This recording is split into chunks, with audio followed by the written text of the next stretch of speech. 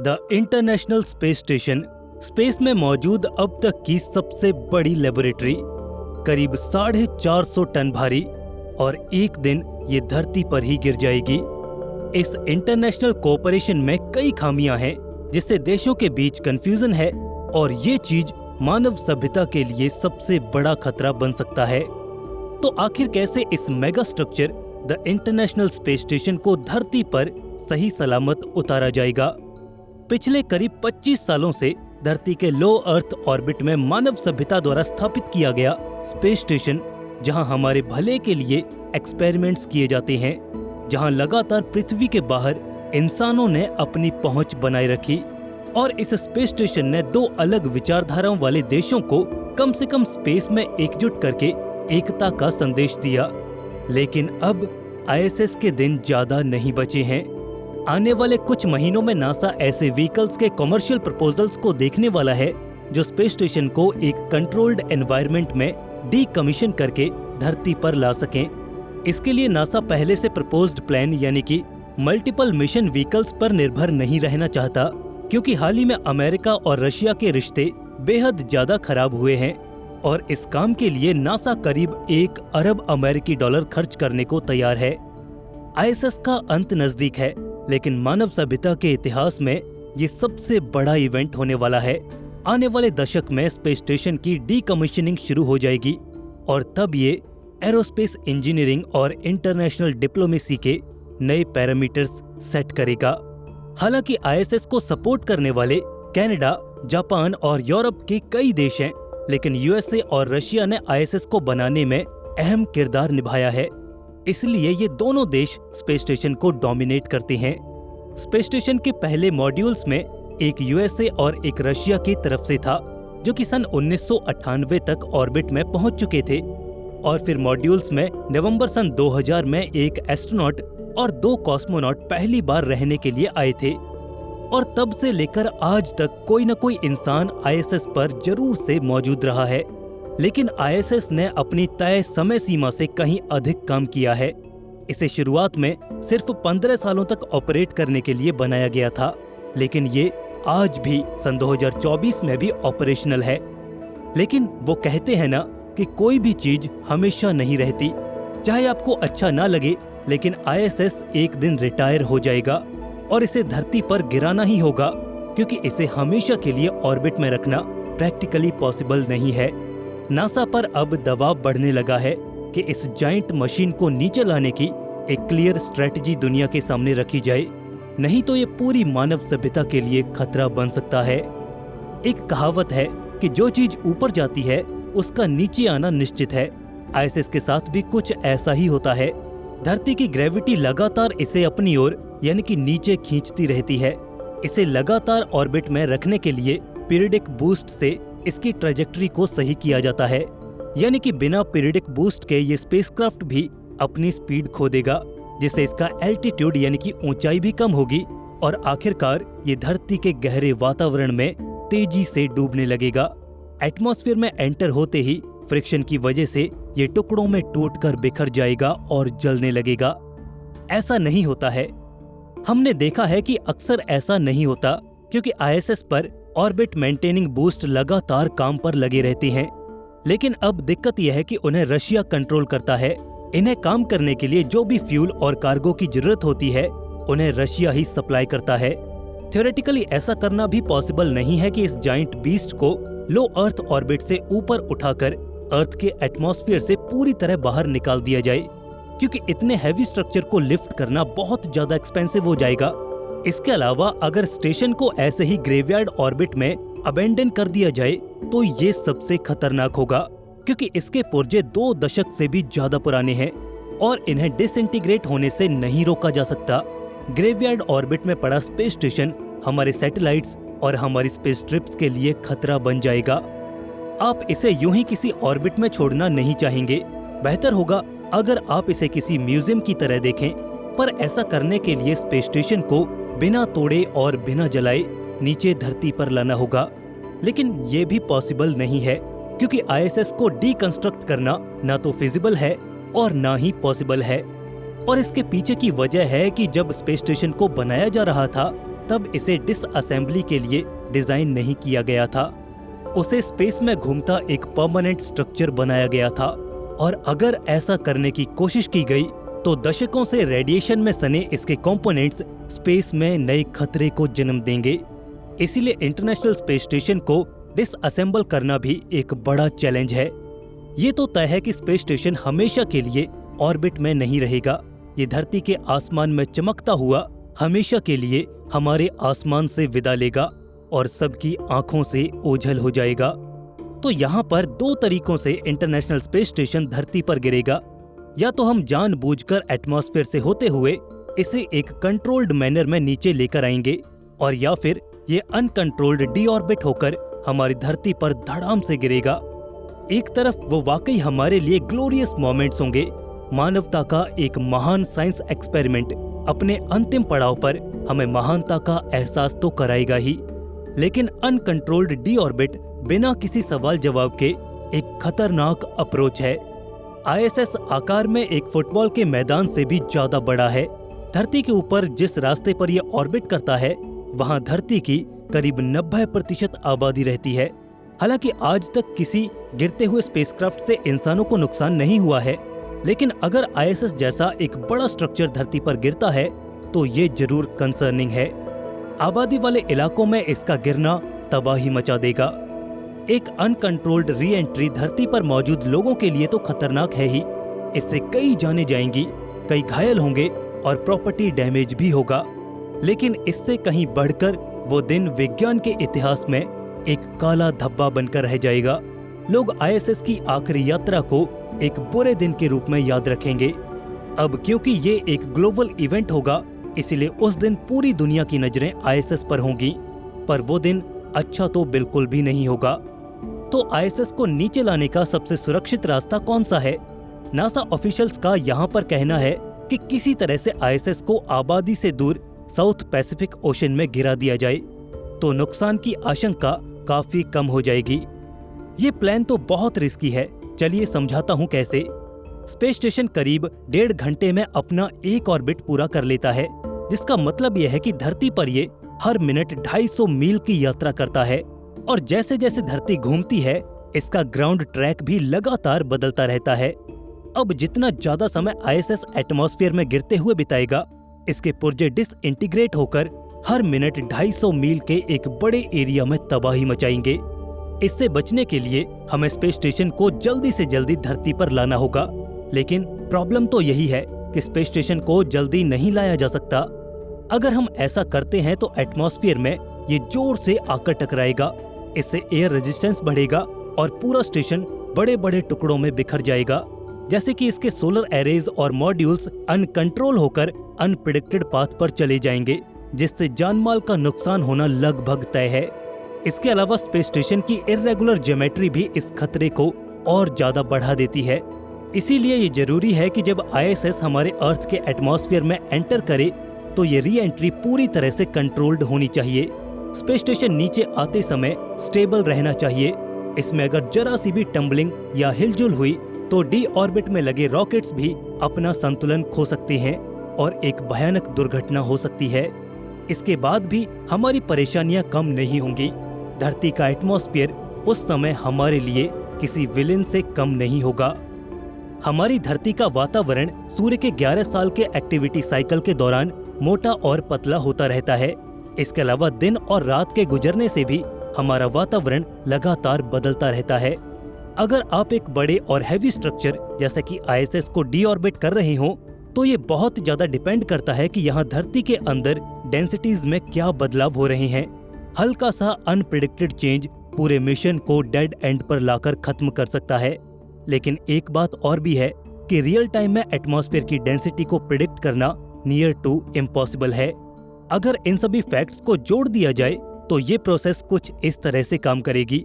कुछ हफ्तों या फिर कुछ महीनों तक आईएसएस को यूं ही नेचुरल ऑर्बिटल डिके के लिए छोड़ दिया जाएगा। ये धीरे धीरे एल्टीट्यूड लूज करेगा और करीब आधे रास्ते में धरती से करीब 250 मील ऊपर कस्टम बिल्ड व्हीकल्स आईएसएस से अटैच कर दिए जाएंगे, जो कि इसे डीऑर्बिट बर्न करके धीरे धीरे नीचे लेकर आएंगे। तकरीबन आधा रास्ता और तय करने के बाद आईएसएस पर डिस्टेबलाइजेशन इफेक्ट देखने को मिलेगा। ये हल्का सा डगमगाने लगेगा। 125 मील के एल्टीट्यूड पर जब ऐसा होगा तब मिशन कंट्रोलर्स इसकी ट्रैजेक्टरी को एडजस्ट करेंगे। इसमें हल्का सा बदलाव करके रॉकेट बर्न के जरिए इसके सर्कुलर ऑर्बिट को एलिप्टिकल ऑर्बिट में चेंज किया जाएगा। इसकी पृथ्वी से कम दूरी को 90 मील रखा जाएगा, यानी कि अब भी इसे अर्थ के एटमॉस्फेयर से बाहर ही रखा जाएगा। इसके बाद इसका रास्ता कुछ ऐसा बनाया जाएगा कि ये आसमान से सीधा नीचे की ओर ही आए। एलिप्टिकल ऑर्बिट से इसकी लीनियर डिस्प्लेसमेंट को कम कर दिया जाएगा और फाइनली इसे साउथ पैसिफिक ओशन में गिरा दिया जाएगा। पूरी दुनिया इस अद्भुत दृश्य को देखेगी। इस अविश्वसनीय मिशन को कैसे अंजाम दिया जाएगा? अभी तक तो नासा ऑफिशियल्स का कहना था कि 3 रशियन प्रोग्रेस व्हीकल्स मिलकर आईएसएस को डी ऑर्बिट करेंगे, लेकिन इस प्लान को फाइनल नहीं माना गया, क्योंकि अगर हम एक से ज्यादा मल्टीपल डी ऑर्बिटर्स यूज करते हैं तो कोऑर्डिनेशन में प्रॉब्लम आ सकती है। अगर सब कुछ सही चलेगा फिर भी इसमें कई चैलेंजेस हैं, जैसे कि अलग अलग मल्टीपल प्रोग्रेस व्हीकल्स को डिजाइन और मैन्युफैक्चर करना, इनके लॉन्च पैड को रेडी रखना, इसके अलावा इन्हें जोड़ना, आपस में जोड़े रखना, और ये सारा काम एक छोटे से पीरियड ऑफ टाइम में करना किसी चैलेंज से कम नहीं है। और जब बात आती है आईएसएस पर यूएस रशिया पार्टनरशिप की, तो यहाँ पर चीजें सही नहीं है। रशिया ने जब से यूक्रेन को इन्वेड किया है तब से इन दोनों देशों के बीच रिश्ते कोल्ड वॉर के बाद अपने सबसे लोएस्ट पॉइंट पर आ चुके हैं। आइडियोलॉजिकली और पॉलिटिकली ये दोनों ही देश एक दूसरे से ऑपोजिट हैं, जिससे आगे इनके रिश्ते में सुधार आने की संभावना काफी कम हो जाती है। इससे आईएसएस कोलैबोरेशन पर भी काफी तनाव की स्थिति बनी हुई है। रशिया ने भी आईएसएस को छोड़ने का मन बना लिया है। माना जा रहा है कि 2028 तक रशिया स्पेस स्टेशन से अपना सपोर्ट और हर चीज विड्रॉ कर लेगा, लेकिन नासा अभी इस चीज के लिए रेडी नहीं है। रशिया को एरोस्पेस टेक्नोलॉजी में महारत हासिल है और इतनी जल्दी उसकी टेक्नोलॉजी को स्पेस स्टेशन से रिप्लेस करना आसान नहीं होगा। और ये भी पक्का नहीं है कि ऐसे हालात में रशिया आईएसएस को कंट्रोल्ड डी ऑर्बिट करने के लिए अपने प्रोग्रेस व्हीकल्स को प्रोवाइड करेगा या फिर नहीं। वैसे भी पिछले कुछ इवेंट्स ऐसे देखने को मिले हैं जिससे रशियन बिल्ट हार्डवेयर पर दुनिया का भरोसा कम होने लगा है। सन 2018 में Russian Soyuz spacecraft space station से डॉक होता है और बाद में पता चलता है कि उसमें एक छोटे से छेद से हवा लीक हो रही थी। खबर ये फैलती है कि रशियंस ने जानबूझकर एक ऐसा छेद ड्रिल किया था। उसी साल एक रशियन फ्लाइट जिसमें 2 कॉस्मोनॉट सवार थे, लॉन्च फेल होने की वजह से मिशन अबॉर्ट करना पड़ा। 2021 में एक साइंस मॉड्यूल रेडी हुआ, जबकि ओरिजिनली उसे सन 2007 में लॉन्च किया जाना था। इतने डिलेज के बावजूद भी इस मॉड्यूल में बहुत से इश्यूज देखने को मिले थे, जिसमें थ्रस्टर्स की मिसफायरिंग की वजह से स्टेशन गलत दिशा में चला गया था। लेकिन गड़बड़ी को जल्द ही पकड़ लिया गया और सब कुछ ठीक कर लिया गया। पिछले कुछ सालों में आईएसएस पर लगे रशियन कूलिंग सिस्टम्स में 3 अलग अलग जगह पर लीक्स देखे गए, जिससे टॉक्सिक अमोनिया गैस स्पेस में रिलीज हो गई। पिछले साल अगस्त में रशिया का पहला ल्यूनर मिशन, जो कि करीब 5 दशक बाद भेजा गया था, वो भी चांद पर क्रैश कर जाता है। ये देखते हुए नासा के लिए अमेरिकन डी ऑर्बिट व्हीकल जरूरी हो जाता है, क्योंकि रशिया पर किसी तरह से भी निर्भर नहीं रहा जा सकता। इसलिए नासा ने स्पेसएक्स और बोइंग से कॉन्ट्रैक्ट कर लिया है। इसके पीछे एक और कारण है कि अगर नासा के पास अपने ट्रांसपोर्टेशन व्हीकल्स होंगे तो इससे रशिया की पावर काफी कम हो जाएगी। नासा अगर सिंगल डी ऑर्बिट व्हीकल बनाना चाहता है तो उसके पास ज्यादा ऑप्शंस नहीं है। हमारी एग्जिस्टिंग टेक्नोलॉजी ऐसे डी ऑर्बिट व्हीकल्स के लिए सफिशिएंट नहीं है, लेकिन नासा के पास क्लोजेस्ट टेक्नोलॉजी जरूर से एग्जिस्ट करती है, और वो है आर्टेमिस प्रोग्राम का यूरोपियन सर्विस मॉड्यूल, जो कि नासा के अनक्रूड ओरायन कैप्सूल को मून के अराउंड ऑर्बिट में लेकर गया था, और आने वाले समय में यही इंसानों को चांद पर भी लेकर जाएगा। इसके अलावा जो कुछ भी है, या तो वो बहुत कमजोर है या फिर बहुत ज्यादा ताकतवर है, और या फिर वो इतना फ्यूल ही कैरी नहीं कर सकते कि इस टास्क को पूरा किया जा सके। इसीलिए नासा ने custom built D orbit vehicles बनाने का कमर्शियल प्रपोजल सामने रखा है।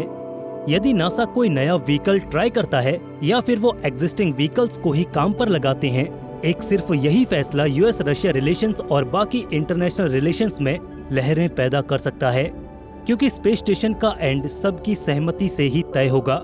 लेकिन यहाँ पर नासा के पब्लिक डॉक्यूमेंट्स ये क्लियर नहीं करते कि इस प्लान को कॉमर्शियली एग्जीक्यूट करने के लिए यूएसए ने कैनेडियन, जापानीज, यूरोपियन और रशियन स्पेस एजेंसी से सहमति ली है या फिर नहीं। इस मेगा प्रोजेक्ट का कुछ इस तरह से अंत होना, दुनिया भर में इसकी चर्चाएं जोर पकड़ रही हैं। सबसे ज्यादा चर्चा स्पेस में होने वाले फ्यूचर पार्टनरशिप पर है। नासा आर्टेमिस अकॉर्ड के जरिए दूसरे देशों से पार्टनरशिप कर रहा है, जिसमें इंडिया भी शामिल है, लेकिन रशिया इसमें शामिल नहीं है।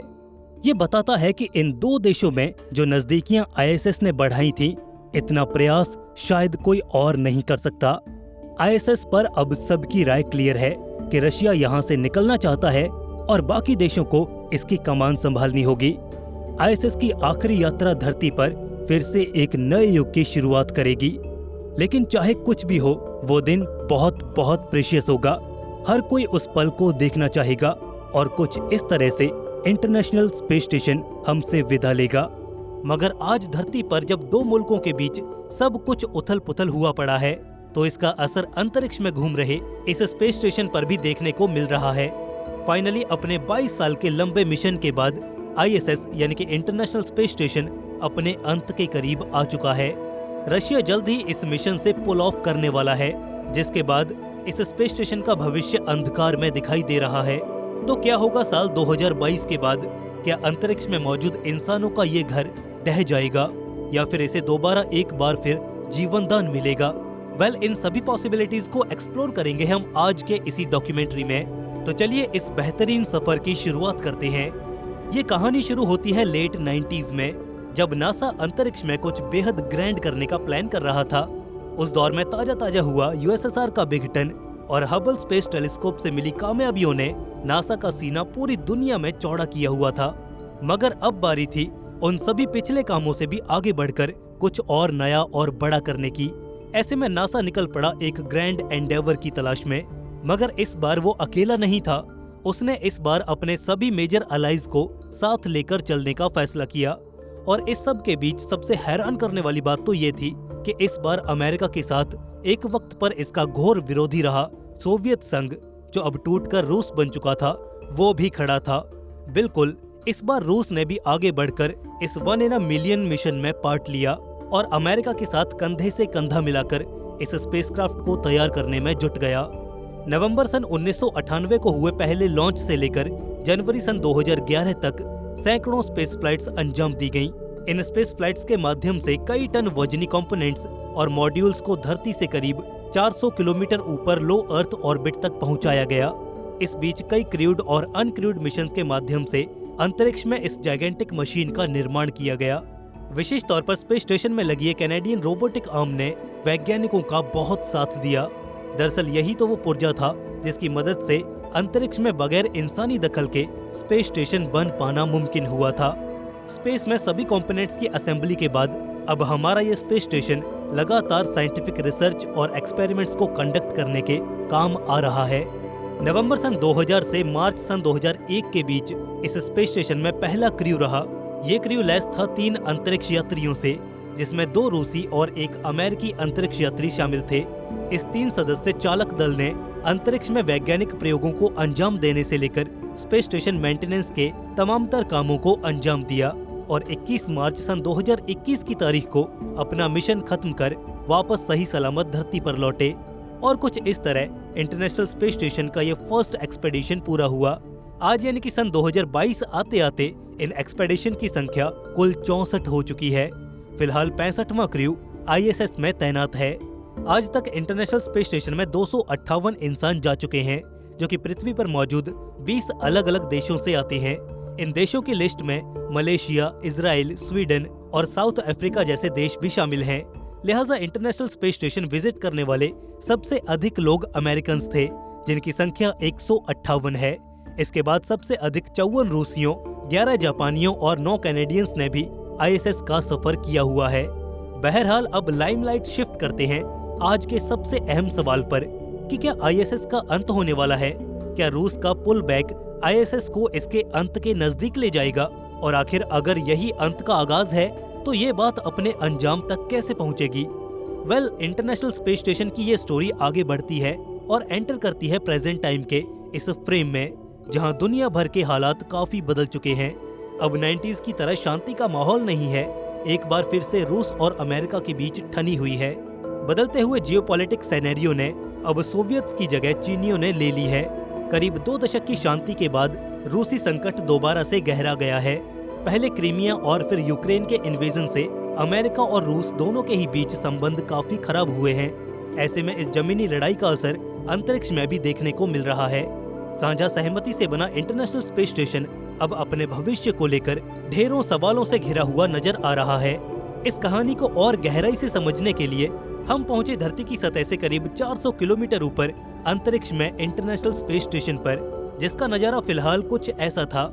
आइए अब इस ग्राफिक्स और एनिमेशन की मदद से और अधिक डिटेल में समझते हैं। फिलहाल इंटरनेशनल स्पेस स्टेशन जो कि हिस्सा आप देख पा रहे हैं वो नासा यानी कि अमेरिका द्वारा कंट्रोल किया जाता है। वहीं ठीक इसके उलट ये छोटा सा हिस्सा रॉसकॉस्मोस यानी कि रूस की संपत्ति है, जिसे रशियन पुल आउट के बाद आईएसएस से अनडॉक कर पैसिफिक ओशन में गिरा दिया जाएगा। इस पर तफसील से जानकारी देते हुए रूसी अंतरिक्ष एजेंसी के चीफ यूरी वोरिसोव कहते हैं कि इंटरनेशनल स्पेस स्टेशन से रूसी सहयोग खत्म करने का फैसला लिया जा चुका है। इस सहयोग समाप्ति के लिए साल 2024 को निर्धारित किया गया है, यानी कि साल 2024 वो आखिरी साल होगा जब कोई रूसी इंटरनेशनल स्पेस स्टेशन को विजिट करेगा, और उसके बाद हमेशा के लिए रूसी कॉस्मोनॉट्स और कंपोनेंट्स के लिए आईएसएस बैन हो जाएगा, क्योंकि नासा का यहाँ पर साफ कहना है कि वो कम से कम साल 2030 तक इस स्पेस स्टेशन को ऑपरेशनल रखने के लिए कमिटेड है। ऐसे में यहाँ सवाल ये उठता है कि रूस के इस मिशन से हट जाने के बाद नासा को कितना फर्क पड़ेगा, और क्या इसके बाद भी इंटरनेशनल स्पेस स्टेशन यूं ही काम करता रह सकेगा या फिर इसकी ऑपरेशन में कहीं कठिनाइयां खड़ी हो जाएंगी। वेल, इन सभी सवालों के जवाब अमेरिका ने अभी जो बदलाव किए हैं उससे साफ साफ मिल जाते हैं। फिर चाहे वो रीसप्लाईज के लिए रशियन सोयूज रॉकेट्स पर अपनी डिपेंडेंस खत्म करना हो या फिर क्रू लॉन्चिंग के लिए रशियन स्पेस पोर्ट्स और लॉन्च व्हीकल का इस्तेमाल, साल दर साल अमेरिका इंटरनेशनल स्पेस स्टेशन के लिए अपनी रूसी निर्भरता को कम करता आया है। ऐसे में अब आईएसएस पर कुछ भी ऐसा नहीं है जो नासा अपने दम पर हैंडल ना कर पाए। स्पेसएक्स जैसी प्राइवेट एरोस्पेस कंपनी और अपने एलाइज के सहयोग से नासा आसानी से इंटरनेशनल स्पेस स्टेशन को कंट्रोल कर सकता है। लिहाजा रशिया पुल बैक के बाद आईएसएस यानी कि इंटरनेशनल स्पेस स्टेशन एक पूरी की पूरी रशियन रिसर्च लैब खोने वाला है, जिससे वहां होने वाले बहुत से अहम एक्सपेरिमेंट्स आगे नहीं हो पाएंगे। साथ ही इस रशियन मॉड्यूल के जाते ही सोयूज स्पेसक्राफ्ट की डॉकिंग एक्सेसिबिलिटी भी आईएसएस लूज कर देगा, जिसके बाद इस दुनिया के सबसे सक्सेसफुल स्पेसक्राफ्ट सोयूज का इंटरनेशनल स्पेस स्टेशन से कोई सरोकार नहीं रहेगा। और यहाँ आयरनी तो देखिए कि जिस आईएसएस को बनाने की शुरुआत रूस ने की थी, जी हाँ, रूस ही वो पहला देश था जिसने स्पेस स्टेशन के पहले मॉड्यूल जारिया को स्पेस में लॉन्च किया था, और आज वही रूस इस मिशन को छोड़ने वाला है। एक और बड़ी चुनौती जो रूस के स्पेस स्टेशन को छोड़ने के बाद आएगी वो है इसके पाथ के मैन्यूवरिंग को लेकर। दरअसल जिस ऑर्बिट में आईएसएस धरती के अराउंड रिवॉल्व करता है वो फुल ऑफ स्पेस डेब्रिज है, जहां पर मौजूद स्पेस जंक्स की संख्या इतनी ज्यादा अधिक है कि अगर एक भी दिन उन्हें मॉनिटर करना छोड़ दिया जाए और आईएसएस को मैन्यूवर किए बगैर ऑर्बिट करने दिया जाए तो जल्दी वो एक दूसरे से टकराकर तबाह हो जाएंगे।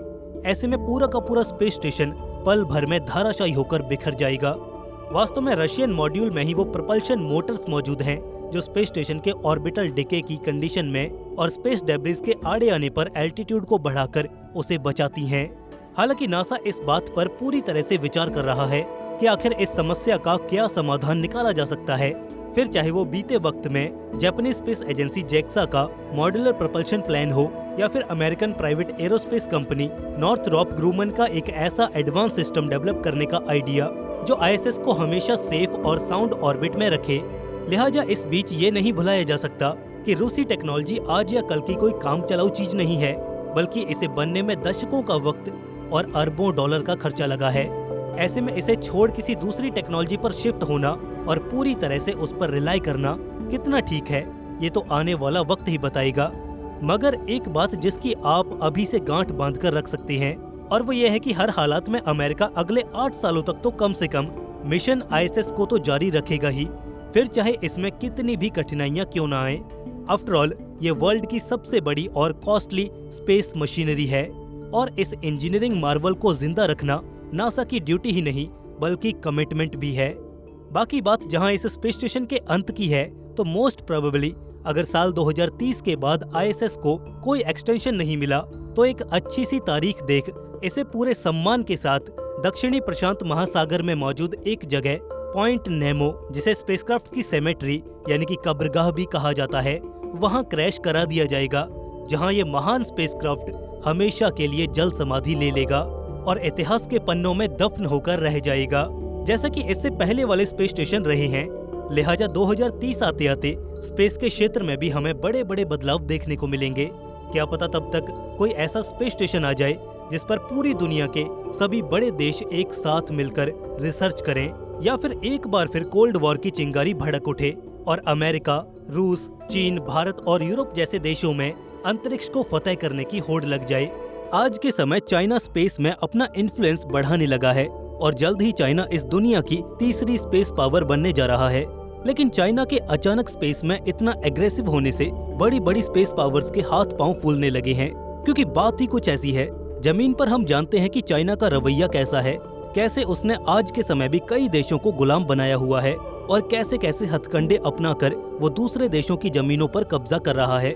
लेकिन नासा जैसी बड़ी स्पेस एजेंसी का मानना है कि चाइना स्पेस में भी यही करने वाला है और ये खतरा पूरी दुनिया को भारी पड़ सकता है। नासा एडमिनिस्ट्रेटर बिल नेल्सन ने हाल ही में क्लेम किया कि चाइना चांद पर कब्जा कर सकता है और दूसरे देशों को वहां से खदेड़ सकता है। हालांकि चाइना ने ऐसे किसी भी क्लेम को नकार दिया है। वो कहता है कि चाइना किसी भी स्पेस टेरिटरी पर अपना कब्जा नहीं जमाएगा। लेकिन वहीं बिल नेल्सन जोर देकर ये कहते हैं कि it's a fact, we are in a space race.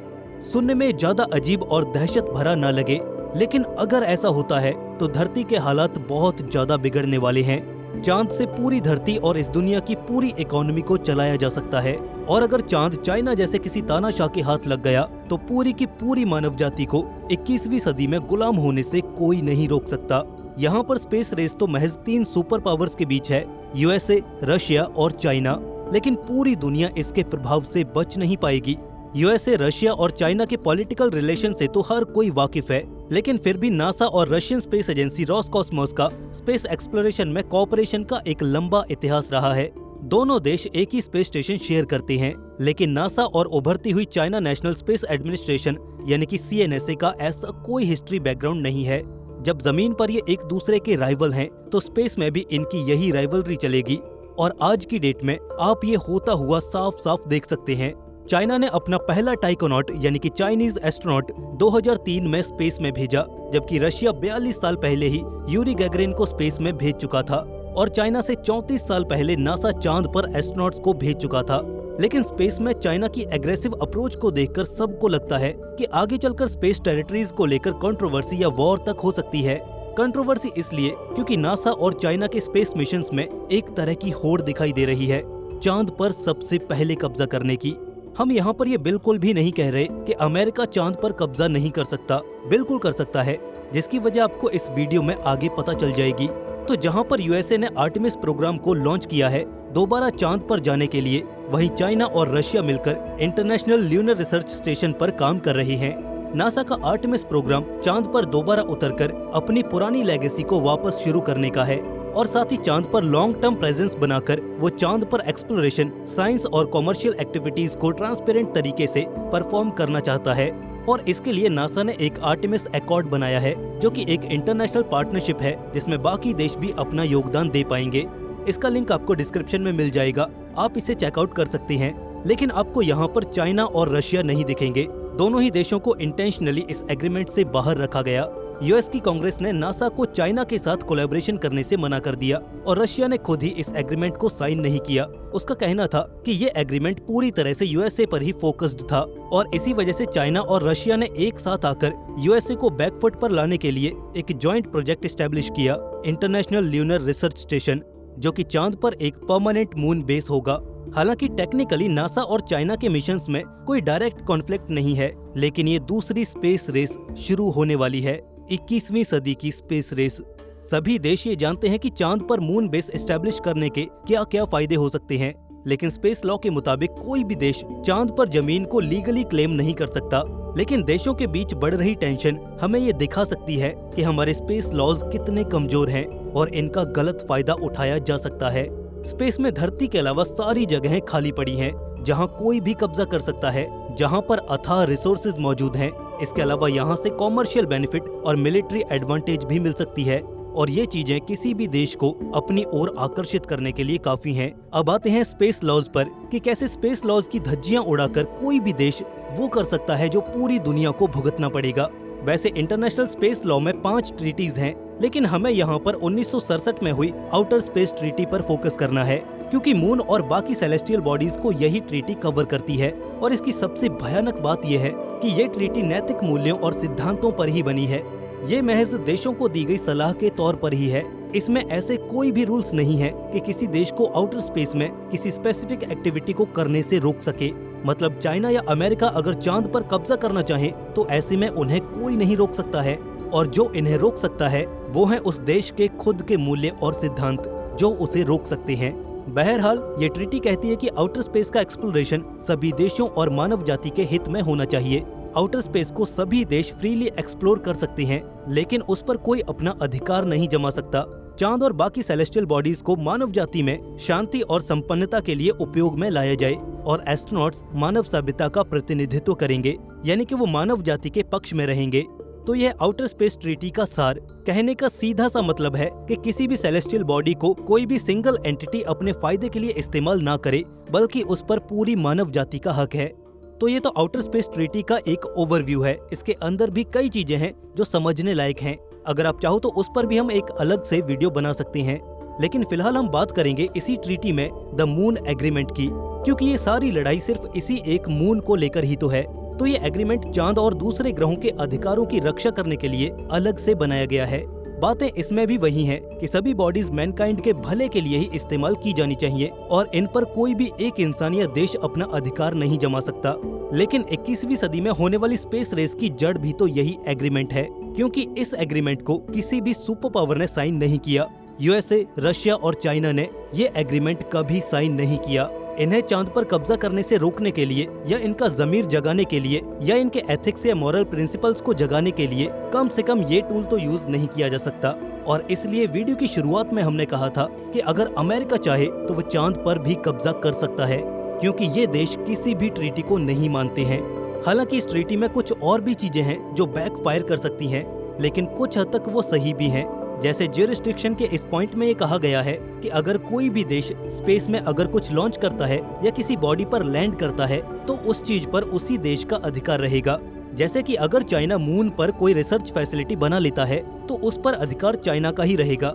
लेकिन यहाँ से हमें ये क्लियर नहीं होता कि उस फैसिलिटी के आसपास का कितना एरिया चाइना के अधिकार में रहेगा और कितने समय तक। अगर कोई देश बहुत बड़े एरिया को कवर करता है तो क्या वो सारा एरिया उसी देश के कब्जे में चला जाएगा? और अगर उस फैसिलिटी में माइनिंग के लिए वैल्यूएबल मिनरल्स हैं तो उनका क्या होगा? क्या वो भी उसी देश के अधिकार में चले जाएंगे? और यही कुछ लूपहोल्स हैं जिनका फायदा कोई भी देश उठा सकता है चांद पर जमीन और रिसोर्सेज को हथियाने के लिए। और इसलिए चांद पर जाने की होड़ लगी हुई है, क्योंकि सब जानते हैं कि ये ट्रीटी और एग्रीमेंट धरे के धरे रह जाएंगे, क्योंकि आने वाले समय में सुपर पावर वही बनेगा जिसके पास रिसोर्सेज होंगे। और जिस तरह से धरती से रिसोर्सेज खत्म हो रहे हैं, चांद हमारा अगला टारगेट है। और यही वजह है कि चांद के अग्रेसिव रवैये से सभी पैनिक में हैं। स्पेस एक्सप्लोरेशन हमेशा से मानव सभ्यता की सीमाओं को परखता आया है। जैसे ही नासा अपने आर्टेमिस प्रोग्राम के तहत अंतरिक्ष यात्रियों को चांद पर उतारने की तैयारी कर रहा है, लेकिन इसके साथ ही चांद पर जो खतरे मौजूद हैं वो इस मिशन के साथ ही हमारे लिए एक रियलिटी बन जाएंगे। कल्पना कीजिए कि एक अंतरिक्ष यात्री चांद के साउथ पोल के पास एक बीहड़ इलाके में किसी एक्सपेडिशन पर गया है, लेकिन तभी एक बहुत बड़ी घटना हो जाती है। वो अंतरिक्ष यात्री मून के साउथ पोल पर मौजूद किसी क्रेटर की गहराइयों में चला जाता है, जो हमेशा अंधेरे से ढका रहता है, जहां कभी कोई रेडियो सिग्नल नहीं पहुंच पाता, और वहां का तापमान -173 डिग्री सेल्सियस से भी नीचे चला जाता है। इस घटना के बाद से उस एक्सपेडिशन और एस्ट्रोनॉट से हर तरह का कम्युनिकेशन खत्म हो जाता है। -173 डिग्री सेल्सियस से भी कम तापमान में और लिमिटेड ऑक्सीजन के साथ वो एस्ट्रोनॉट अब जिंदगी और मौत के बीच जंग लड़ रहा है। चांद पर दूर दराज मौजूद एक बहुत ही खतरनाक इलाका, जहां दूर दूर तक कुछ दिखाई नहीं देता, न कोई जीपीएस, न कोई रेडियो कनेक्शन। इसके अलावा सबसे खतरनाक बात तो ये है कि वहां पर वो हेल्प के लिए ना तो आसपास से किसी को बुला सकता है और ना ही चिल्ला सकता है, क्योंकि वहां उसे सुनने वाला कोई नहीं होगा। हालांकि एस्ट्रोनॉट्स इस तरह की सिचुएशन से डील करने में माहिर होते हैं। उन्हें इस तरह की परिस्थितियों से डील करने की ही ट्रेनिंग मिली होती है, लेकिन चांद पर जो परिस्थितियां हैं वो कहीं और नहीं पाई जाती। जहां ब्लैकआउट्स होना एक आम बात है, वहां का इलाका पूरी तरह से गहरे गड्ढों, क्रेटर्स और बड़ी बड़ी चट्टानों से भरा पड़ा है, जो उस एस्ट्रोनॉट के लिए किए जाने वाले किसी भी रेस्क्यू ऑपरेशन को बहुत ही चैलेंजिंग बना देता है। जहां धरती पर हम किसी भी रेस्क्यू ऑपरेशन को घंटों में ही ऑर्गेनाइज कर सकते हैं, लेकिन चांद पर ऐसा कोई भी रेस्क्यू ऑपरेशन कहीं ज्यादा समय लेने वाला है। हर एक सेकंड हमें एक नया खतरा मिलेगा। स्पेस के उस हार्श एनवायरनमेंट में, चांद के उस वैक्यूम में कोई भी इक्विपमेंट माल फंक्शन कर सकता है। नेविगेशन सिस्टम हमें एरर दे सकते हैं और ये सारे इंस्ट्रूमेंट फेलियर्स मून बेस पर रहने वालों और एस्ट्रोनॉट्स के लिए जानलेवा साबित हो सकते हैं। तो इन सभी समस्याओं से निपटने के लिए यहाँ पर नया ल्यूनर डिस्ट्रेस सिस्टम काम आने वाला है। यूनिसा यानी कि यूनिवर्सिटी ऑफ साउथ अफ्रीका से रिसर्चर्स की एक टीम ने इसे डेवलप किया है। ये सिस्टम चांद पर जाने वाले एस्ट्रोनॉट्स के लिए एक वरदान साबित हो सकता है। ये चांद के हार्श और यूनिक कंडीशंस को देखते हुए ही बनाया गया है। ये सिस्टम इंश्योर करता है कि चांद पर हमारे एस्ट्रोनॉट्स चाहे किसी भी हालात में हो, किसी भी रिमोट एरिया में काम कर रहे हो, वो एक डिस्ट्रेस सिग्नल अपने बेस तक पहुंचा पाएं, जहां उनकी हेल्प करने के लिए कोई तो मौजूद होगा। और ये ग्राउंड ब्रेकिंग टेक्नोलॉजी आने वाले समय में बहुत सी जिंदगियां बचा सकती है। ये टेक्नोलॉजी आने वाले समय में स्पेस एक्सप्लोरेशन का भविष्य होने वाली है, क्योंकि ये सिर्फ चांद तक ही सीमित नहीं है। इस टेक्नोलॉजी को आगे हर जगह पर यूज किया जाएगा।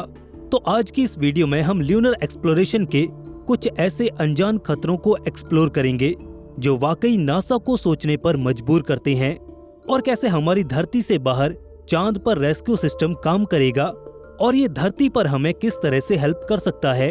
तो अपनी कुर्सी की पेटियां बांध लीजिए, क्योंकि ये रोमांचक सफर अब शुरू होने वाला है। Dangers of lunar exploration. Moon को एक्सप्लोर करना, इसे कॉलोनाइज करना सुनने में काफी फ्यूचरिस्टिक, साइंस फिक्शनल और काफी ज्यादा एक्साइटिंग लगता है, लेकिन ये उन सबसे खतरनाक एनवायरनमेंट्स में से एक है जहां इंसान कभी रहने के लिए जाना चाहेगा। चांद पर कोई वातावरण नहीं है। इसका सीधा सा मतलब है कि वहां सांस लेने के लिए ना तो हवा है, ना वहां मौसम है, और ना ही कोई ऐसी प्रोटेक्शन है जो वहां सूरज और स्पेस से आ रहे जानलेवा रेडिएशन से हमें बचा सके। चांद पर दिन के समय वहां की सरफेस का टेम्परेचर 127 डिग्री सेल्सियस तक पहुंच जाता है, और वहीं रात को यही टेम्परेचर गिरकर -173 डिग्री सेल्सियस से भी नीचे चला जाता है। और ऐसे में जहां तापमान में इतना ज्यादा शिफ्ट देखने को मिलता हो, वहां किसी भी शेल्टर के बिना कोई प्रॉपर इक्विपमेंट के ये शिफ्ट इंसानों को मिनटों में ही खत्म कर सकता है। चांद का साउथ पोल, जहां नासा अपने फ्यूचर मिशंस भेजने की तैयारी कर रहा है, वहां पर तो खतरा और भी ज्यादा है। वो इलाका परमानेंट डार्कनेस में डूबे क्रेटर से भरा पड़ा है, जो मीलों चौड़े हैं। इन अंधेरे इलाकों में कभी सूरज की रोशनी नहीं पहुंच पाती, जिससे कि इनमें से कुछ क्रेटर्स इतने ज्यादा ठंडे हैं कि वो हमारे सोलर सिस्टम के one of the coldest places में से एक हैं। और इन इलाकों में अगर एस्ट्रोनॉट्स किसी एक्सपेडिशन पर जाते हैं तो उन्हें पूरी तरह से अपने इक्विपमेंट्स के भरोसे ही रहना होगा, और अगर यहाँ पर थोड़ी सी भी गड़बड़ होती है तो उसके परिणाम जानलेवा हो सकते हैं। एक और सबसे बड़ा खतरा कम्युनिकेशन में आ जाता है। रेडियो सिग्नल्स मून के बीहड़ इलाकों में ऊबड़ खाबड़ सतह होने की वजह से चांद को पूरी तरह से कवर नहीं कर पाते।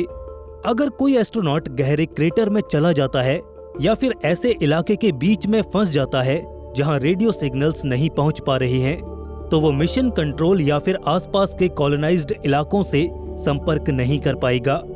चांद का वो हार्श एनवायरनमेंट और वो अकेलापन कुछ ऐसा होगा कि उसके लिए मदद बुला पाना इम्पॉसिबल हो जाएगा। ऐसी सर्वाइवल सिचुएशंस में समय ही सब कुछ होगा। हर एक सेकंड बिना कम्युनिकेशन के उनकी जिंदगी के बचने की संभावना को लगातार घटा रहा होगा। और इसके बाद कुछ मैकेनिकल रिस्क भी आ जाते हैं। जैसे कि स्पेस सूट, रोवर और लाइफ सपोर्ट सिस्टम। ये सभी चीजें चांद के हार्श एनवायरनमेंट में ऑपरेट करने के लिए ही डिजाइन की जाती हैं, लेकिन ये पूरी तरह से फुल प्रूफ नहीं होती। और अगर एक भी इक्विपमेंट फेलियर होता है, जैसे कि हेलमेट के वाइजर में कोई क्रैक आना, या फिर ऑक्सीजन टैंक में माल फंक्शन होना, या फिर आप कह सकते हैं कि रोवर का डेड हो जाना, एस्ट्रोनॉट्स को ऐसे हालात में लाकर खड़ा कर देगा जहां से बच निकलने का कोई रास्ता नहीं होगा और ना ही उनके लिए वहां पर कोई बैकअप होगा। और स्पेस के उस वैक्यूम में किसी गेम की तरह कोई सेकंड चांस नहीं मिलेगा। अपोलो मिशंस के दौरान एस्ट्रोनॉट्स आने वाले इन खतरों से पूरी तरह से अवेयर थे, लेकिन वो मिशन सिर्फ कुछ दिनों के लिए थे।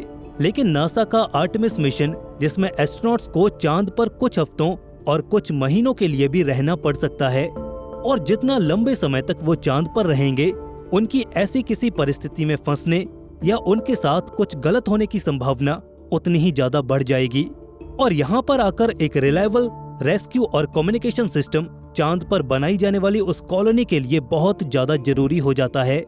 इसके बिना हम लंबे समय तक चांद को एक्सप्लोर करने के बारे में सोच भी नहीं सकते। कुछ ऐसे अनजान फैक्टर्स होते हैं जिन्हें हम अक्सर कंसिडर नहीं करते, और चांद पर भी कुछ ऐसे ही फैक्टर्स जरूर मौजूद होंगे जो हमारी प्लानिंग को किसी भी वक्त चौपट कर सकते हैं। हमारे एस्ट्रोनॉट्स किसी भी समय कोई बहुत बड़ी मुसीबत में फंस सकते हैं, और उस समय जो हमें लॉस होगा वो पूरी स्पेस इंडस्ट्री और स्पेस एक्सप्लोरेशन के लिए सबसे बड़ा घाटा साबित हो सकता है। और इसीलिए हमें नए अलार्मिंग सिस्टम्स की बहुत ज्यादा जरूरत है। How lunar distress system works. नया ल्यूनर डिस्ट्रेस सिस्टम हमारे लिए एक टेक्नोलॉजिकल ब्रेक थ्रू है, जो कि स्पेस एक्सप्लोरेशन के समय आने वाले कुछ यूनिक चैलेंजेस को देखते हुए ही बनाया गया है। हालांकि ये एग्जिस्टिंग कॉस्पास सारसैट सिस्टम पर आधारित ही बनाया गया है, जो कि एक सैटेलाइट बेस्ड रेस्क्यू नेटवर्क है जिसे हम धरती पर अक्सर इस्तेमाल करते हैं। लेकिन इसको चांद के एक्सट्रीम एनवायरनमेंट में अडॉप्ट करने के लिए इसमें बहुत से चेंजेस किए गए हैं।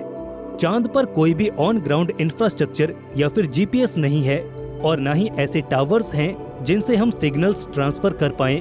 तो ये नया ल्यूनर डिस्ट्रेस सिस्टम पूरी तरह से सैटेलाइट्स के एक कॉन्स्टलेशन पर आधारित होगा जो चांद को ऑर्बिट कर रहे होंगे। यानी कि बहुत सारे सैटेलाइट्स चांद को ऑर्बिट कर रहे होंगे, और वो चांद के हर एक कोने पर अपनी पैनी नजरें बनाए हुए होंगे, और सैटेलाइट्स का वो जाल हमारे इस डिस्ट्रेस सिस्टम का आधार होगा। ये कैसे काम करता है? जैसे मान लीजिए कि एक एस्ट्रोनॉट चांद की किसी खतरनाक जगह पर मुसीबत में फंसा हुआ है, तो वो इस सिस्टम के जरिए एक लो पावर इमरजेंसी बीकन को एक्टिवेट करेगा, जो कि उसके इक्विपमेंट्स में लगा होगा। ये बीकन एक डिवाइस होगा जो सिग्नल भेजेगा सीधा उन सैटेलाइट्स को जो कि मून को ऑर्बिट कर रही होंगी, और फिर वहां से वो सैटेलाइट्स उस सिग्नल को आगे अर्थ बेस्ड मिशन कंट्रोल या फिर चांद पर आसपास के किसी ल्यूनर बेस को पहुंचा देगा। जिसका मतलब ये है कि अगर कोई भी एस्ट्रोनॉट अगर वाकई मुसीबत में है तो उसका पता तुरंत ही किसी न किसी को लग जाएगा। इस पूरे सिस्टम में बीकन टेक्नोलॉजी एक की इनोवेशन है। Doctor mark rice university of south Africa के लीड रिसर्चर हैं और सेफ्टी फ्रॉम स्पेस के फाउंडर भी हैं। वो एक्सप्लेन करते हैं कि बीकन लो पावर कंडीशंस में भी 10 घंटे तक ट्रांसमिशंस को संभाल सकता है, और ये उन एस्ट्रोनॉट्स के लिए बहुत ही ज्यादा महत्वपूर्ण हो जाता है जो अपने बेस से किसी काम या फिर एक्सप्लोरेशन के लिए बहुत दूर जा रहे होते हैं और उनके पास बैटरी लाइफ लिमिटेड होती है। उनकी टीम द्वारा डेवलप की गई वेवफॉर्म टेक्नोलॉजी ये सुनिश्चित करती है कि एस्ट्रोनॉट्स के साथ कम्युनिकेशन स्टेबल बना रहे और एनर्जी एफिशिएंट भी हो, जो कि स्पेस में सर्वाइवल के लिए बहुत ज्यादा जरूरी है। इस सिस्टम की एक और खासियत है real time tracking. Satellite network लगातार एस्ट्रोनॉट्स की लोकेशन को मॉनिटर करता रहता है, जिससे मिशन कंट्रोल उनके मूवमेंट्स को ट्रैक कर सकता है उन कंडीशंस में भी जहां उनका संपर्क बेस या फिर ग्राउंड कंट्रोल से टूट गया हो। और ये कैपेबिलिटी खास तौर पर तब बहुत ज्यादा महत्वपूर्ण हो जाती है जब कोई एस्ट्रोनॉट किसी बहुत ऊंचे पहाड़ के पीछे या फिर किसी गहरे क्रेटर में फंस जाता है। ऐसी इमरजेंसी कंडीशंस में अगर हमें एस्ट्रोनॉट की एकदम प्रिसाइज लोकेशन पता होगी तो वहां पर हमारा उनकी लोकेशन और उनको ट्रैक करने में खर्च होने वाला कीमती समय बच जाता है और हम अपना पूरा ध्यान तेजी से उस रेस्क्यू ऑपरेशन को अंजाम तक पहुंचाने में लगा सकते हैं। ये सिस्टम ऑटोमेटिकली काम करने के लिए भी डिजाइन किया गया है, यानी इसे लगातार इंसानी निगरानी की जरूरत नहीं है। इमरजेंसी में हर एक सेकंड बहुत कीमती होता है और इसके ऑटोमेटेड रिस्पांस सिस्टम के चलते एस्ट्रोनॉट्स अपना पूरा ध्यान खुद के सर्वाइवल पर लगा सकते हैं, क्योंकि उनको ये पता होगा कि इस सिस्टम की वजह से ग्राउंड कंट्रोल या फिर ल्यूनर बेस तक उनकी जानकारी पहुंच गई होगी और उनको रेस्क्यू करने के लिए कोई न कोई मदद जरूर आ रही होगी। ये टेक्नोलॉजी सिर्फ एक सेफ्टी मेजर नहीं है, ये स्पेस एक्सप्लोरेशन के लिए एक गेम चेंजर साबित हो सकता है। लगातार कम्युनिकेशन और लोकेशन ट्रैकिंग की सुविधा देकर ये एस्ट्रोनॉट्स को दूर तक एक्सप्लोर करने का मौका देता है, जिससे एस्ट्रोनॉट्स को ये भरोसा रहता है कि अगर वो चांद पर किसी खतरनाक मिशन पर निकलते हैं तो वो अकेले नहीं होंगे। अगर कहीं पर भी मिशन में कोई गड़बड़ी होती है तो उनके लिए तुरंत मदद हाजिर हो जाएगी। Applications beyond moon. इस रेस्क्यू सिस्टम का सबसे रोमांचक पहलू तो ये है कि इसका इस्तेमाल सिर्फ चांद पर ही नहीं किया जाएगा, बल्कि चांद से परे भी हम इस सिस्टम को यूज कर पाएंगे। जैसे जैसे मानव सभ्यता मंगल और अन्य डीप स्पेस डेस्टिनेशंस के मिशन की तैयारी कर रही है, कम्युनिकेशन और रेस्क्यू टेक्नोलॉजी की जरूरत भी उतनी ही तेजी से बढ़ती जा रही है। चांद पर जिन चुनौतियों का सामना हमें करना पड़ता है, जैसे कि कम्युनिकेशन ब्लैकआउट और लंबे रिस्पॉन्स टाइम, और मंगल पर परिस्थितियां और भी ज्यादा डरावनी हो जाएंगी। मान लीजिए कि अगर कोई एस्ट्रोनॉट मंगल पर किसी गंभीर परिस्थिति में फंस जाता है तो वहां से डिस्ट्रेस कॉल को पृथ्वी तक पहुंचने में 20 मिनट से भी ज्यादा का समय लग जाएगा, और ऐसी इमरजेंसी सिचुएशन में एक एक मिनट बहुत भारी पड़ जाते हैं, और सिर्फ यही छोटे समय का फर्क ही वहां जीवन और मृत्यु के बीच की दूरी बन जाएगी। लेकिन इस नए सिस्टम के इस्तेमाल से अगर कोई एस्ट्रोनॉट किसी मुसीबत में फंस जाता है तो बीकन टेक्नोलॉजी तुरंत ही इसकी जानकारी धरती पर ग्राउंड कंट्रोल को भेज देगी, लेकिन साथ ही मार्स पर बने बेस पर भी उसकी जानकारी पहुंच जाएगी, जिससे कि उनके साथी उस एस्ट्रोनॉट की मदद के लिए जल्दी से जल्दी कोई रेस्क्यू प्लान बना पाएंगे। यूनिवर्सिटी ऑफ साउथ अफ्रीका की रिसर्चर्स की टीम ने इस टेक्नोलॉजी का एक वर्जन धरती पर भी इस्तेमाल करने के लिए डेवलप किया है, जिसे बीगल कहा जाता है। ये टेक्नोलॉजी यहाँ धरती पर ही किसी रिमोट या फिर हजार्डस एनवायरनमेंट में और या फिर सर्च एंड रेस्क्यू एफर्ट्स में बहुत काम आ सकती है, जैसे कि हिमालय में फंसे पर्वतारोहियों से लेकर डिजास्टर जोन में काम कर रहे फर्स्ट रिस्पॉन्डर्स तक। बीगल लो पावर कम्युनिकेशन की सुविधा देता है। भले ही वहां पर दूसरे कन्वेंशनल नेटवर्क्स फेल हो जाएं, लेकिन ये टेक्नोलॉजी इतनी रिलायबल है कि ये बुरी से बुरी कंडीशन में भी काम करती रहेगी। बीगल का 2-वे कम्युनिकेशन फीचर इसे और भी ज्यादा यूजफुल बना देता है। ट्रेडिशनल SOS सिस्टम के विपरीत, जो सिर्फ एक सिग्नल भेजते हैं, बीगल लोगों को रेस्क्यू के साथ कम्युनिकेट करने की भी सुविधा देता है, जिससे कि वो अपनी परिस्थिति के बारे में लोगों को अपडेट दे सकते हैं। ये रियल टाइम इंफॉर्मेशन रेस्क्यूअर्स को अपने प्लान्स बनाने और उन्हें एग्जीक्यूट करने में बहुत ही ज्यादा हेल्प कर सकती है। इससे समय की भी बचत होती है और जान माल की हानि भी कम हो जाती है। यहाँ पर स्पेस और अर्थ बेस्ड एप्लीकेशंस के बीच हमें एक समानता दिखाई देती है कि कैसे स्पेस टेक्नोलॉजी मानवता के लिए फायदेमंद साबित हो सकती है, चाहे चांद पर एस्ट्रोनॉट्स को बचाने की बात हो या फिर धरती पर गंभीर परिस्थितियों में फंसे लोगों को बचाने की बात हो। बीगल टेक्नोलॉजी ये सुनिश्चित करती है कि कोई भी जो इस टेक्नोलॉजी को यूज कर रहा है वो किसी भी तरह से पहुंच से बाहर ना जाए, उसका किसी भी हालात में कम्युनिकेशन बना रहे। ये नया ल्यूनर डिस्ट्रेस सिस्टम एस्ट्रोनॉट्स की सेफ्टी के लिए एक बहुत बड़ा कदम है। जैसे जैसे हम चांद, मंगल और उससे आगे के लॉन्ग टर्म मिशंस की तैयारी कर रहे हैं, लेकिन इसके लिए हमारे पास एक रिलायबल कम्युनिकेशन और रेस्क्यू सिस्टम होना बहुत जरूरी हो जाता है। स्पेस एक्सप्लोरेशन बहुत से अनजान और रहस्यमय खतरों से भरा हुआ है, और इस तरह की इनोवेशंस के बिना जोखिम बहुत ज्यादा हो जाते हैं, और जहां पर इंसानी जान की बात आती है वहां पर हम दांव नहीं खेल सकते। लेकिन इस टेक्नोलॉजी का असर स्पेस से भी परे है। बीगल यहाँ धरती पर भी सर्च एंड रेस्क्यू ऑपरेशंस में एक रेवोल्यूशन ला सकता है, और ये हमें इस नए सिस्टम की क्षमता को दर्शाता है। ये दिखाता है कि स्पेस एक्सप्लोरेशन से जो इनोवेशंस हो रहे हैं उनका हमारे दैनिक जीवन और हमारी रोजमर्रा की जिंदगी में क्या फर्क पड़ रहा है, वो कैसे और ज्यादा बेहतर होती जा रही है। अब चाहे चांद हो या फिर पृथ्वी के रिमोट एरियाज, ये टेक्नोलॉजी सुनिश्चित करती है कि अगर कोई किसी बुरी परिस्थिति में फंसा हुआ है या किसी इमरजेंसी में है तो वह हमेशा किसी न किसी से संपर्क जरूर कर पाए। और धरती पर ये टेक्नोलॉजी मरीन सेलर्स के बहुत काम आ सकती है। अक्सर हम सुनते हैं कि मदद न मिलने की वजह से समुद्र में बहुत से हादसे हो जाते हैं और ये टेक्नोलॉजी वहां पर किसी वरदान से कम नहीं है। जैसे जैसे नासा आर्टेमिस प्रोग्राम आगे बढ़ा रहा है, हमारा नई दुनिया को एक्सप्लोर करने का सपना भी सच होने वाला है। लेकिन एक्सप्लोरेशन भी तभी मुमकिन है जब वो सुरक्षित हो। यूनिवर्सिटी ऑफ साउथ अफ्रीका के रिसर्चर्स को उनके इस सराहनीय काम के लिए उनका बहुत धन्यवाद।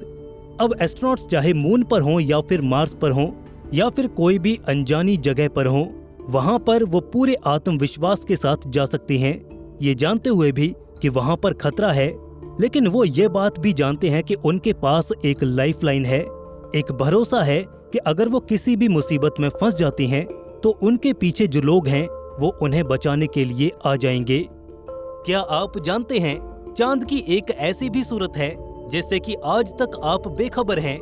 वास्तव में पृथ्वी और चांद के बीच लगने वाले गुरुत्वाकर्षण बल के कारण चांद का रोटेशन टाइम और रेवोल्यूशन टाइम एग्जैक्टली सेम है।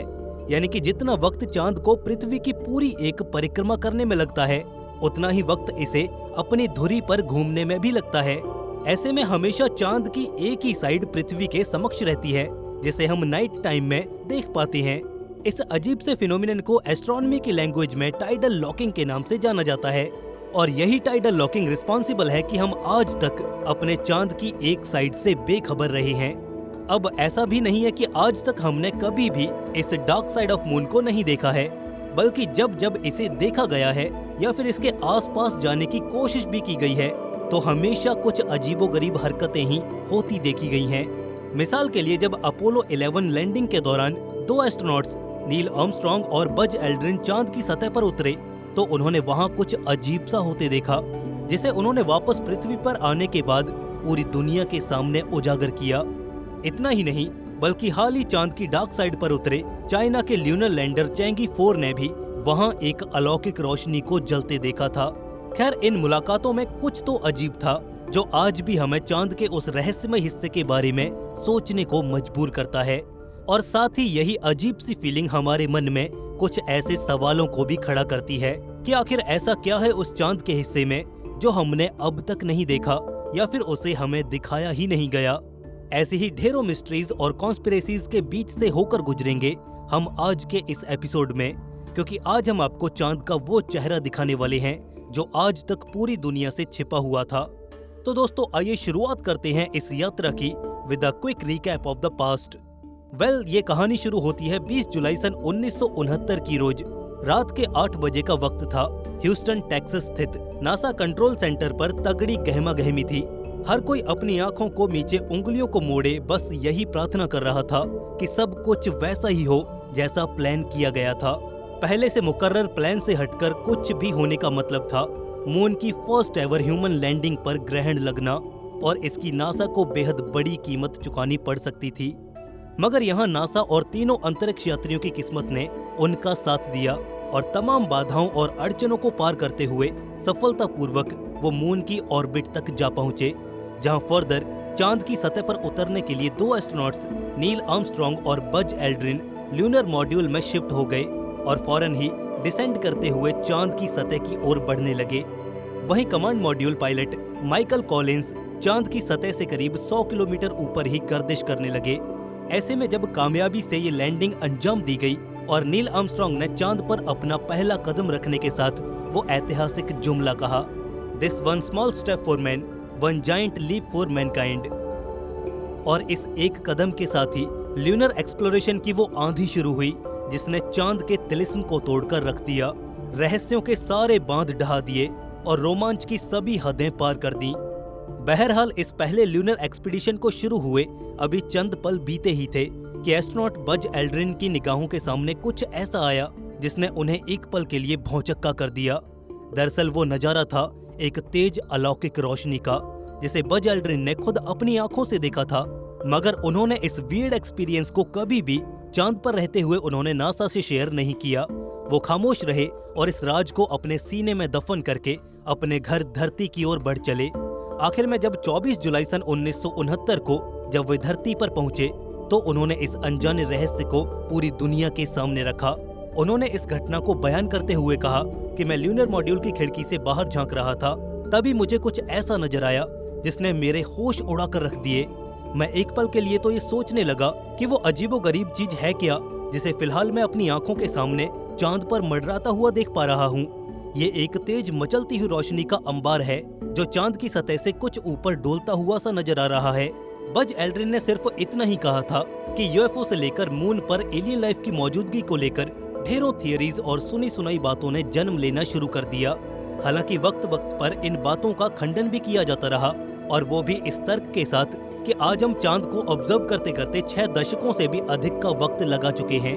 ऐसे में अगर वहाँ किसी तरह की कोई लाइफ या एलियन लाइफ मौजूद होती तो वो हमारी नजरों के सामने जरूर आ चुकी होती। मगर आज जब चांद पर इतने सारे रोवर्स, लैंडर्स और ऑर्बिटर्स भेजे जा चुके हैं, ये निरंतर चांद को अपनी निगरानी में भी रखे हुए हैं, तो ऐसा कुछ कभी दिखा क्यों नहीं? क्यों कभी हमने चांद पर किसी सस्पिशियस एलियन एक्टिविटी को नोट नहीं किया? इस मामले में क्रिटिक्स के अपने विचार हैं और ऑप्टिमिस्टिक्स के अपने अलग। ऐसे में सच क्या है ये जानना काफी मुश्किल होता जा रहा है, और सच की यही तलाश हमें ले पहुंची हमारी अगली मंजिल चाइना की ओर। नहीं, ये वाला चाइना नहीं, बल्कि चांद पर मौजूद चाइनीज लैंडर चैंगी 4 की ओर। अब यहाँ ये लैंडर तो डेड हो चुका है, मगर जो चांद पर जीवन की मौजूदगी की सांसें इसने फूकी हैं, भाई साहब वो वाकई इनक्रेडिबल है। इनफैक्ट वो चौंकाने वाला है। दरअसल चैंगी 4 लैंडर ने चांद की सतह पर रहते हुए वहाँ अजीबोगरीब पदार्थ देखा जो झिलमिलाकर चमक रहा था। ऐसे में इसे रेडियम या फिर किसी अन्य स्पार्कलिंग एलिमेंट से जोड़कर देखना काफी अनरियलिस्टिक सा लगता है, क्योंकि हमारी प्रायर स्टडीज ये साफ करती हैं कि मून की कंपोजिशन का मेजॉरिटी पार्ट वॉल्केनिक ऐश से मिलकर बना है, जिसमें इस तरह के किसी भी चमकदार या नॉर्मल सिनेरियो में ग्लो करने वाले एलिमेंट का कोई ट्रेसेस मौजूद नहीं है। ऐसे में ये बात ज्यादा कंफ्यूजन क्रिएट करती है कि चांद पर इस फार साइड में ऐसा क्या है जो बार बार हमें अपनी ओर आकर्षित कर रहा है। वैसे चाइना तो अपनी रिसर्च और डिस्कवरीज की जानकारी पब्लिक डोमेन में देने से रहा, और वैसे भी इन चाइनीज के दावों में कितनी मजबूती है इस पर भी पुख्ता तौर पर कुछ कह पाना काफी मुश्किल है। आफ्टर ऑल चाइनीज खोज है तो फिर इस पर कितना ही भरोसा किया जा सकता है, ये कहना अब भी मुश्किल है। बट यार सवाल यहाँ तो फिर भी वही बना है कि आखिर चांद पर ऐसी कोई एडवांस सिविलाइजेशन है भी या नहीं जिससे अब तक हम अनजान रहे हों, और आखिर इस बात की क्या पॉसिबिलिटीज हो सकती हैं कि हम दोबारा चांद पर जाएं और सो कॉल्ड एलियंस हम पर हमला ना करें। अब देखो यार, क्योंकि अमेरिका अब चांद पर वापस जा रहा है और इस बार कुछ नए इरादों के साथ, तो ऐसे में अगर वहाँ किसी भी एलियन की एग्जिस्टेंस है तो इस बार तो पक्का उसकी एस्ट्रोनॉट से मुलाकात हो ही जानी है। अदरवाइज नासा भी अपने इस एक्चुअल मून लैंडिंग मिशन को करने से पहले दर्जनों बार अलग अलग तरह के टेस्ट मिशंस को अंजाम दे चुका है, और इस दौरान वहाँ टेस्ट फ्लाइट के लैंड होने से लेकर कई घंटों तक सैटेलाइट्स की मदद से ऑब्जर्वेशन तक हर एक चीज नासा के ल्यूनर चेक को फुल प्रूफ बनाती है। अब अगर वहाँ कोई एलियन होगा भी तो जरा आप ही सोचिए, क्या वो इन कैमरों की निगाहों में नहीं आया होगा? हाँ भाई, कैमरे, ये भारी भरकम सैटेलाइट्स बड़े बड़े कैमरे ही तो हैं जो हर पल चांद पर नजरें जमाए हुए हैं। तो इस बात से एक चीज तो कंफर्म होती है कि चांद पर कोई एडवांस सिविलाइजेशन परमानेंट रूप में तो नहीं रहती। अब अगर वो जानबूझकर हमसे छिपने की कोशिश कर रहे हैं या फिर हमें ठप्पा करने के लिए एक सही वक्त की तलाश कर रहे हैं तो ये केस कुछ डिफरेंट है।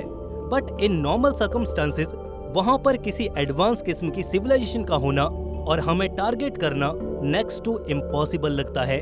अब बात रही जहाँ तक फार साइड ऑफ मून की, तो चांद का ये हिस्सा वाकई काफी ज्यादा सस्पिशियस और मिस्टीरियस है, क्योंकि पिछले कुछ दशकों में कॉन्स्टेंटली यहाँ कुछ न कुछ अजीब होता हुआ देखा जा रहा है। अब वहाँ एग्जैक्टली है क्या इसका तो पता वहाँ जाकर ही चलेगा, मगर फिलहाल जो हम चांद के उस इलाके के बारे में जानते हैं वो ये है कि वहाँ जाना भी कम चुनौतियों भरा नहीं होगा। कम्युनिकेशन के लिए रेडियो नेटवर्क बहाल करने से लेकर सही लैंडिंग साइट के चुनाव तक ढेरों बातों का ख्याल रखना होगा। चांद की डार्क साइड इसलिए भी काफी डरावनी है क्योंकि वहाँ पहुँचने के बाद धरती से संपर्क बनाए रखना काफी ज्यादा कठिन रहता है, और यही कनेक्शन प्रॉब्लम अच्छे भले मिशंस को डेड एंड तक पहुंचा देती है। मिसाल के लिए खुद हमारे इंडिया का चंद्रयान 2 प्रोब केवल इस एक खामी की वजह से फेल हो गया। फाइनल मोमेंट आने पर इजराइल का बैराशीट लैंडर भी वहां क्रैश कर गया, और अगर भविष्य में ठीक ऐसी ही कोई घटना दोबारा से घट जाए, और खासकर तब जब स्पेसक्राफ्ट में कोई इंसान सवार हो तो ये सोचकर ही रूह कांप जाती है। कुछ टेक्निकल फेलियर्स के अलावा मून की फार साइड पर मौजूद ज्योग्राफी भी हमारे इस अभियान के लिए एक बड़ी मुसीबत बन सकती है। ये देखिए, ये हैं चांद की 2 तस्वीरें, जिनमें से एक है उस हिस्से की तस्वीर जिसे हम नियर साइड ऑफ मून कहते हैं, जो हमेशा हमारी यानी कि पृथ्वी की ओर तनी रहती है। वहीं ये है तस्वीर मून की फार साइड की, जो हमसे दूर उस ओर मुंह फेरे हुए है। अगर इन दोनों तस्वीरों को ध्यान से देखें तो केवल इन्हें देखने भर से ही इनके बीच का फर्क साफ हो जाता है। दरअसल मून का वो हिस्सा जो हमेशा धरती की ओर रहता है वो प्रैक्टिकली ज्यादा एक्सेसिबल है, क्योंकि वहाँ लैंड फॉर्म्स ज्यादा इवन है बजाय के फार साइड के। चांद के इस कोने में एस्टेरॉइड्स के टकराव से बने क्रेटर्स और साथ ही अनइवन मासेस के डिस्ट्रीब्यूशन के चलते माउंटेन्स भी हैं। इनफैक्ट जिन्हें हम माउंटेन्स कह रहे हैं वो वास्तव में ठंडे पड़ चुके ज्वालामुखी हैं, जिनके एक्टिव पीरियड के दौरान चांद पर ढेर सारी वॉल्केनिक ऐश और मैग्मा डिपॉजिट्स यहीं से निकले थे, जो हमारी सॉफ्ट लैंडिंग को एक हार्ड लैंडिंग में तब्दील कर सकते हैं। तो अब आप ही बताइए, क्या इतने सारे रिस्क को लेकर चांद की उस डार्क साइड पर लैंड करने का कोई तुक बनता है? बाकी यहाँ मौजूद सो कॉल्ड एलियंस का तो तिलिस्म हम तोड़ ही चुके हैं। मंगल पर एक और योद्धा दफन हो चुका है। मंगल पर एक और कोशिश दम तोड़ती नजर आई और इस बार धरती की एक नई सुपर पावर को मंगल ने धूल चटा दी। जी हां, चाइनीज मार्स रोवर ज़्यूरोंग पिछले 6 महीनों से अपनी जगह से हिल तक नहीं पाया है। मंगल पर चल रही बेहद सर्द हवाओं और मंगल की घातक सर्दी से बचने के लिए ही चाइनीज स्पेस एजेंसी CNSA ने इस रोवर को हाइबरनेशन मोड में डाल दिया था, इस उम्मीद में कि जब सर्दियां खत्म होंगी आगे का मिशन तब शुरू किया जाएगा। लेकिन सर्दियां खत्म हुए 6 महीने होने को आए हैं, रोवर अपनी जगह से हिला भी नहीं है। अभी तक CNSA ने ऑफिशियल तौर पर इस मिशन के बारे में कुछ भी नहीं कहा है, लेकिन नासा के ऑर्बिटर MRO यानी मार्स रिकॉनेसेंस ऑर्बिटर की रिपोर्ट हमें ये कंक्लूड करने पर मजबूर कर देती है कि वो मंगल की सर्दियां नहीं झेल पाया। आखिर कुदरत के सामने हमारी मशीनें एक बार फिर से हार गईं। इस चाइनीज रोवर का क्या है पूरा मामला? क्या ये मिशन सच में खत्म हो चुका है? अगर हाँ, तो आखिर क्या वजह रही होंगी इस मिशन के इस तरह खत्म होने के पीछे? चलिए जानते हैं आज के इस वीडियो में। एक वो दौर था जब स्पेस और एस्ट्रोनॉमी में चीन ज्यादा एक्टिव नहीं था, लेकिन पिछले कुछ सालों से स्पेस में चाइना की एक्टिविटीज काफी बढ़ गई हैं। शायद ही ऐसा कोई साल गया हो जब चाइना खबरों में नहीं रहा, फिर चाहे वो उसके गिरते स्पेस स्टेशन टिएंगोंग की बात हो या फिर चांद की डार्क साइड में घूम रहा उसका रोवर U22 भी अपनी मिस्टीरियस खोजों की वजह से सुर्खियों में बना रहा। और अब मंगल पर उसके रोवर की सफलता ने चीन को एक अलग ही लेवल पर ला दिया है। ये अब एक नई स्पेस पावर के रूप में उभर चुका है। हालांकि चाइना के स्पेस में बढ़ते दबदबे ने पूरी दुनिया को चिंता में जरूर डाल दिया है। दूसरे देश भी उसे कम्पीट करने के अलावा यहाँ पर कुछ नहीं कर सकते। अपने स्पेस मिशन से डेटा शेयरिंग के नाम पर चाइना काफी कम डेटा ही शेयर करता है, इसलिए चाइना के ल्यूनर एक्सप्लोरेशन प्रोग्राम में मिली सफलता के बारे में काफी कम लोग ही जानते हैं।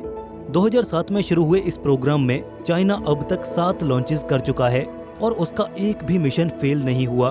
वो चांद पर ऑर्बिटर्स, लैंडर्स और रोवर्स तक को उतार चुका है और 2020 में चैंगी 5 मिशन को अंजाम देकर चांद से करीब 2 किलो ल्यूनर सॉइल के सैंपल्स भी धरती पर ला चुका है।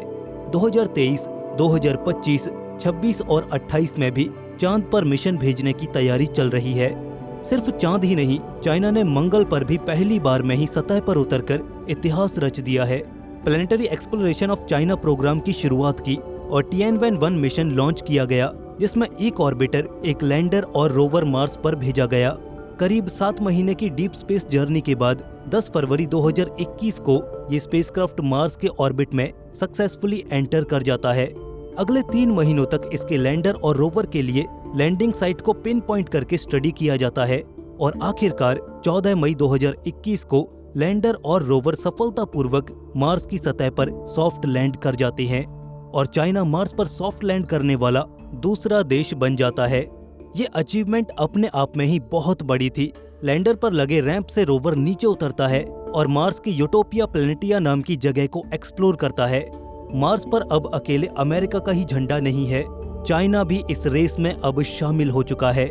इस मिशन का मेन ऑब्जेक्टिव चाइना की deep space communication and control technology को परखना है, लेकिन मार्स पर ये 5 ऑब्जेक्टिव्स को पूरा करने के लिए उतरा है। पहला है मार्स की जियोलॉजिकल स्ट्रक्चर को समझना। इस ग्रह पर बने बड़े बड़े स्ट्रक्चर्स जैसे कि वॉल्केनोज, खाड़ियाँ, ग्लेशियर्स और रिवर बेड्स को स्टडी करना। इसके बाद है इसकी सरफेस और नीचे की मार्शियन सॉइल्स के सैंपल लेकर उनमें वाटर डिस्ट्रीब्यूशन और वाटर आइस का पता लगाना। मार्शियन रॉक्स की कंपोजिशन और एंशिएंट लेक्स में मिली रॉक्स में मिनरल्स का पता लगाना भी इसका मेन ऑब्जेक्टिव है, ताकि मंगल ग्रह पर नदियों के होने की पुष्टि की जा सके। ऑर्बिटर द्वारा इसके एटमॉस्फेयर और मंगल के मौसम की जांच इस मिशन का एक अहम हिस्सा है, ताकि ये पता लगाया जा सके कि आखिर मंगल काम कैसे करता है। और अंत में मंगल के इंटरनल स्ट्रक्चर और इसके मैग्नेटिक फील्ड की जांच करना इस मिशन का एक मुख्य उद्देश्य रहा है। और विकिपीडिया पर यह भी मेंशन किया गया है कि चाइना 2030 तक मंगल पर एक सैंपल रिटर्न मिशन को अंजाम दे सकता है और उन सैंपल्स को भी यही रोवर कलेक्ट करके 2030 तक प्रिजर्व करेगा। हालांकि मई 2022 तक इस रोवर ने बखूबी अपना काम किया, लेकिन मंगल और उसकी रहस्यमय रेत के आगे आज तक किसकी चली है। मई के बाद मार्स पर सर्दियों का मौसम शुरू होने लग जाता है। मंगल का तापमान बड़ी तेजी से नीचे गिरता है और इसी समय चाइनीज स्पेस एजेंसी CNSA का बयान सामने आता है। सोलर विंग्स की घटती पावर जनरेशन कैपेसिटी, जो कि मंगल की रेत और मंगल के धूल भरे तूफान और आसपास के एक्सट्रीम लो टेम्परेचर के कारण हुआ है। रोवर के डिजाइन लिमिटेशंस और फ्लाइट कंट्रोल स्ट्रेटेजी की वजह से हमें यूरोंग रोवर को स्लीप मोड में डालना पड़ेगा और इस तरह से 18 मई 2022 को मार्स पर खड़ा ये रोवर कुछ समय के लिए सुला दिया जाता है, ताकि इसकी एनर्जी को बचाया जा सके। लेकिन वहीं स्पेस एजेंसी ने यह भी कहा कि यूरोंग 2022 के अंतिम महीने यानी कि दिसंबर के आसपास जब मंगल पर स्प्रिंग सीजन आ जाएगा, तब से स्लीप मोड से उठकर अपने नॉर्मल वर्क को रिज्यूम कर देगा। यानी कि जब मंगल पर कंडीशंस इंप्रूव होंगी तो ये रोवर भी काम करना शुरू कर देगा। लेकिन फिलहाल इसे अपनी पावर बचानी पड़ेगी और इसे जिंदा रखने के लिए ऐसा करना हमारी मजबूरी है। लेकिन दिसंबर पूरा निकल गया, जनवरी भी और फरवरी भी, 6 महीने होने को आए हैं। मंगल पर स्प्रिंग सीजन भी कब का शुरू हो गया, लेकिन रोवर अभी तक नहीं उठा, यानी कि वो अभी भी स्लीप मोड में ही है। मंगल हमें चाहे कितना भी फैसिनेट क्यों न करता हो, लेकिन यहाँ की कंडीशंस बहुत ही एक्सट्रीम होती हैं। स्पेशली विंटर्स की बात की जाए तो मंगल ग्रह की सर्दियाँ हमारे रोवर्स के लिए सबसे खतरनाक साबित होती हैं। चाइना के इस रोवर ने भी एक्सट्रीम टेम्परेचर्स को फेस किया। सर्दियों में दिन के समय इस रोवर के आसपास का तापमान करीब -20 डिग्री सेल्सियस रहा, तो वहीं रात होते होते यही तापमान -100 डिग्री तक नीचे जा गिरा। वहीं जब इस रोवर को पावर डाउन किया गया था, तब उस एरिया में डस्ट स्टॉर्म भी काफी एक्टिव था, जिस वजह से रोवर के सोलर पैनल्स पर रेत और धूल जम चुकी थी, जिस वजह से वो सर्दियों में निकलने वाली हल्की फुल्की धूप में एनर्जी जनरेट नहीं कर पा रहा था। चाइना ने हाल फिलहाल इस मिशन को लेकर कुछ भी नहीं कहा है। क्या ये मिशन खत्म हो चुका है? क्या रोवर अब काम नहीं करेगा? ऐसे किसी भी सवाल का आंसर अभी चाइना के किसी भी ऑफिशियल की तरफ से नहीं आया है, बल्कि सारी खबरें सामने आई हैं नासा के मार्स रिकॉनेसेंस ऑर्बिटर से। इस ऑर्बिटर के हाई राइज कैमरा से मार्शियन सरफेस की 3 इमेजेस ली गईं, जिनमें हमें रोवर भी दिखाई दे रहा है। 11 मार्च और 8 सितंबर 2022 की इन इमेजेस में रोवर जरा भी मूव नहीं हुआ, वो एक ही जगह पर खड़ा है। लेकिन तीसरी इमेज जो कि 7 फरवरी 2023 को ली गई, इसमें हम देख सकते हैं कि रोवर जरा भी नहीं हिला। इसके बाद नासा वैज्ञानिकों ने इस रोवर की कुछ और इमेजेस भी रिलीज की, जिससे पता चलता है कि ये रोवर शायद मंगल की उस भयानक सर्दी को सह नहीं पाया और शायद ये रोवर मिशन खत्म हो चुका है। हालांकि चाइना की तरफ से इसको लेकर कोई भी अपडेट नहीं है, लेकिन यहाँ पर एक बात जरूर सोचने वाली है कि अगर मशीनें मंगल की इस सर्दी को सह नहीं पा रही, तो क्या इंसान मंगल के इस एक्सट्रीम एनवायरनमेंट में रह पाएंगे? क्या हम वहाँ इतनी एनर्जी प्रोड्यूस कर पाएंगे कि हम अपनी एनर्जी नीड्स को ऐसे एक्सट्रीम टेम्परेचर्स और सीजन में पूरा कर पाएं? आपका क्या ख्याल है? साथ ही चाइना के इस रोवर पर आपके क्या विचार हैं? हमें कमेंट सेक्शन में जरूर बताएं। बाकी दोस्तों, अगर आपको ये वीडियो अच्छा लगा तो इसे लाइक और दोस्तों में शेयर जरूर करें। ऐसे ही और इन्फॉर्मेटिव वीडियोस के लिए हमारे चैनल को सब्सक्राइब जरूर करें। दोस्तों, मिलते हैं ऐसे ही एक और नए इन्फॉर्मेटिव वीडियो के साथ। तब तक के लिए स्टे क्यूरियस, बी हैप्पी, नमस्कार।